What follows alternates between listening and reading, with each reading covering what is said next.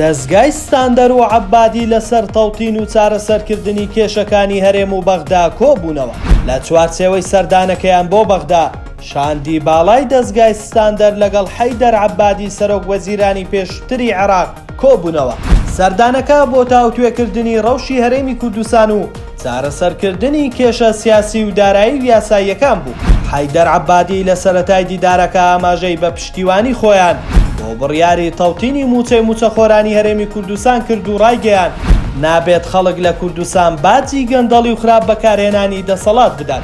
ناوبراو وتیشی نەبوونی ئالوگۆڕی دەسەڵات لە هەرێم لە 30 ساڵی ڕابردوودا یەکێکە لە کێشە گەورەکان.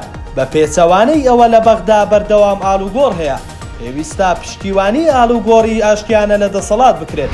مەسعود عەبدولخالق لە بەرامبەردا ڕایگەیاند دەست بەسەر داگرتنی تەواوی داهات لە هەرێمی کوردستان لەلایەن دەسەڵاتەوە ئالوگۆڕی دەسەڵاتی ئەستەم کردووە.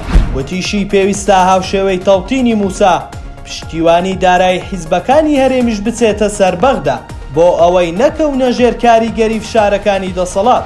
هەر لە دیدارەکە دکتۆر ڕەعەد ڕەفعەت سەرۆکی بۆردی توێژینەوەی ستاندەر تیشکی خستە سەر ئەو سکاڵایی کە لە دادگای فیدراڵی بۆ تەوتینکردنی موچەخۆرانی هەرێم بردیانەوە داوای کرد هاوپەیمانی نەسر پشتیوانی پرۆسەی تەوتین بکات.